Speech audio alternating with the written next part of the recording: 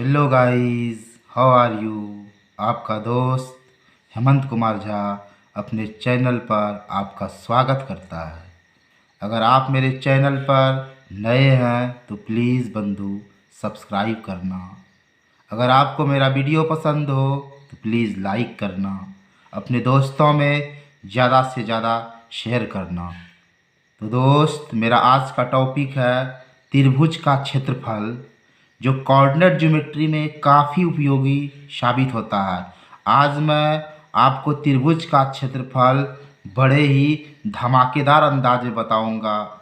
मैं आपको इस तरह बताऊंगा, आप इसको जीवन भर नहीं भूलोगे। तो दोस्त, मेरा आज का टॉपिक देखो क्या है। त्रिभुज का क्षेत्रफल है, त्रिभुज का क्षेत्रफल। हम कोऑर्डिनेट ज्योमेट्री में त्रिभुज का क्षेत्रफल कैसे निकालें। सबसे पहले मैं एक ट्रिंगल बनाता हूँ और इस ट्रिंगल का नाम रख देता हूँ ABC, और इस A का नियामक x1 y1 है, और इसका x2 y2 और इसका x3 y3। अब देखो, त्रिभुज का क्षेत्रफल का फार्मूला क्या होता है।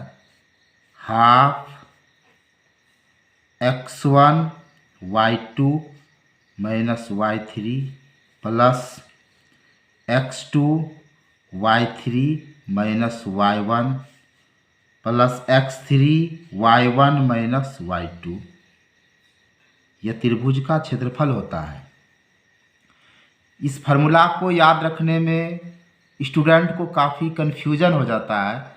तो देखो, इसका एक ट्रिक समझो कि 1 2 3 का सिस्टम समझ लो, फिर फार्मूला आप जीवन भर नहीं भूलोगे। हाफ लगाओ, ब्रैकेट से क्लोज कर दो, और देखो x1 x2 और x3 लिख दो, और फिर देखो ये ब्रैकेट के अंदर में y वाला लेना, तो 1 है 2 और 3, और फिर x2 लिए, 2 के बाद देखो क्या है 3 और 1। अब देखो x3 जब लिए हैं तो 3 के बाद क्या हो 1 2। तो मेरे दोस्त, त्रिभुज का क्षेत्रफल को हम इस तरह याद रख सकते हैं। हाफ लगाओ, ब्रैकेट शुरू करो, x1 से शुरू होगा, ये x2 और x3। अब देखो जैसे x1 लिए तो ये ब्रैकेट के अंदर में y वाला लेना है, तो 1 है तो y2 और y3, फिर प्लस लगा दो। फिर x2 लिए, 2 लिए तो 3 और 1 y वाला लेना है, और फिर जब x3 लिए तो यहाँ 1 और 2 वाला लेना है। और इस तरह हम इस फार्मूला को याद रख सकते हैं। अब देखो, हम इसका और कंसेप्ट क्लियर के लिए एक एग्जांपल लेते हैं। जैसे एक सवाल है कि उस त्रिभुज का क्षेत्रफल निकालो, उस त्रिभुज का क्षेत्रफल निकालो, उस त्रिभुज का क्षेत्रफल निकालो, उस त्रिभुज का क्षेत्रफल निकालो या ज्ञात कीजिए, जो लिखना है ज्ञात कीजिए, ज्ञात कीजिए। जिसके शीर्ष इस तरह दिए हैं 1 माइनस 1 माइनस 4 और 6 और माइनस 3 माइनस 5 है। तो हम कैसे निकालेंगे इसको। सबसे पहले हम फिगर बनाकर कंसेप्ट क्लियर करते हैं। देखो ये ट्रिंगल है, और ट्रिंगल का हम कुछ भी नाम लिख देंगे, तो लिख दिए A B और C।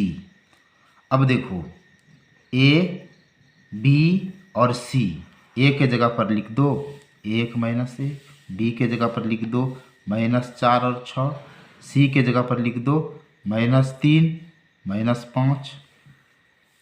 अब देखो, इसको हम लोग x1 y1 लिख दो, इसको x2 y2 लिख दो, इसको x3 y3 लिख दो, और फार्मूला लिख दो। त्रिभुज का क्षेत्रफल क्या होता है। त्रिभुज का क्षेत्रफल का फार्मूला होता है हाफ वही x1 y2 minus y3 plus x2 y3 minus y1 plus x3 y1 minus y2। अब इसको आराम से इस फार्मूला पर पुट कर दो।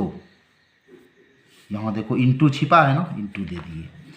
x1 हमारा क्या है 1 है, y2 हमारा क्या है 6 है, और y3 क्या है, यहाँ देखो यहाँ माइनस है और यहाँ माइनस है, तो माइनस माइनस प्लस हो गया 5 दे दिए। प्लस x2 देखो यहाँ प्लस है और यहाँ माइनस है, तो प्लस माइनस क्या हो गया माइनस, और x2 कितना हो गया 4 हो गया। y3 कितना है, y3 है -5, और y1 है यहाँ माइनस और यहाँ माइनस, तो माइनस माइनस प्लस हो गया, y1 के जगह पर 1 लिख दिए।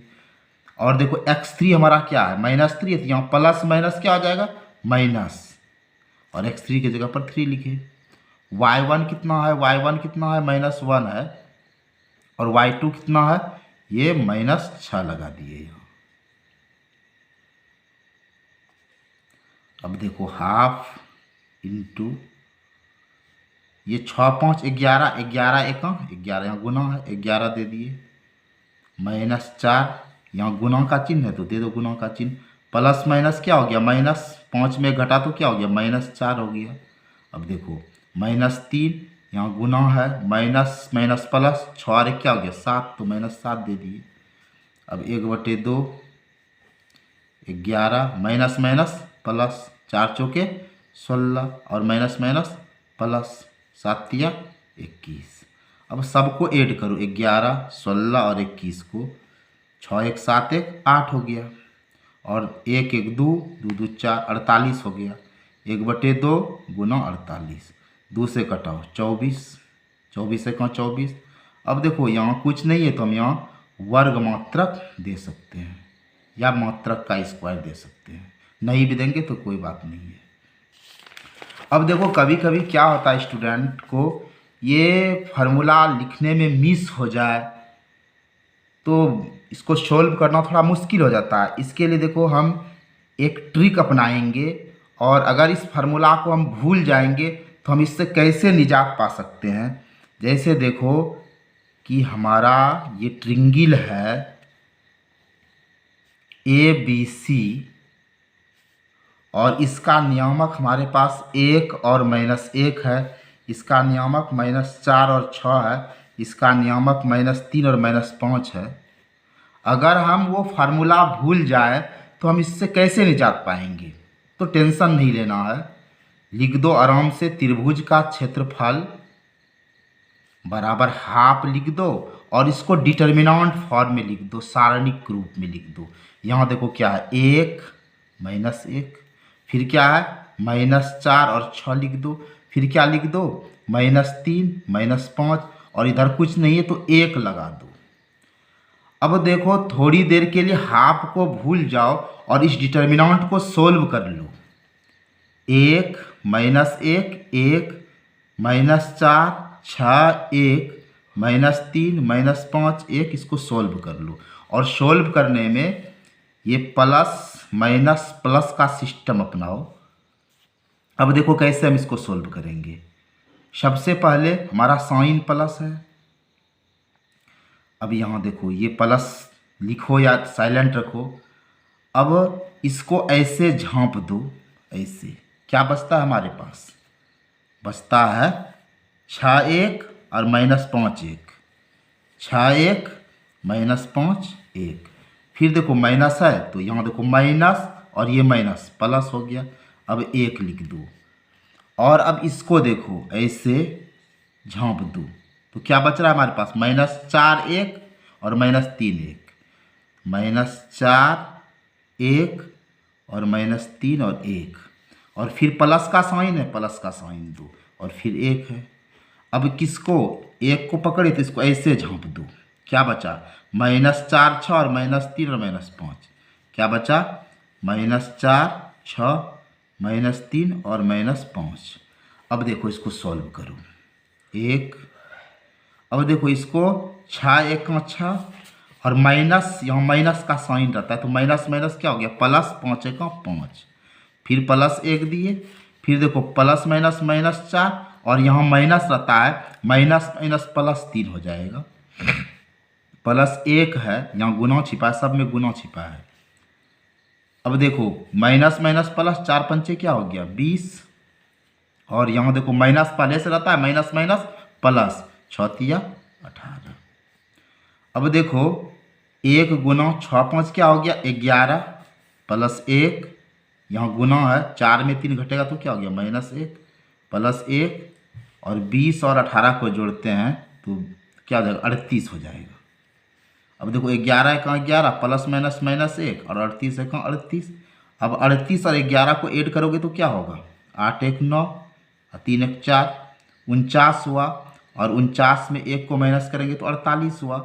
अब देखो हमें इस फार्मूला पर इससे पुट करना है कि त्रिभुज का क्षेत्रफल क्या होता है, यहाँ हाफ इंटू, और ये डिटर्मिनेंट का वैल्यू कितना निकला 48 निकला, इसके जगह पर हम 48 रखेंगे और कटा देंगे इसको, 24 दूनी 48, तो ये 24 वर्ग मात्रक हुआ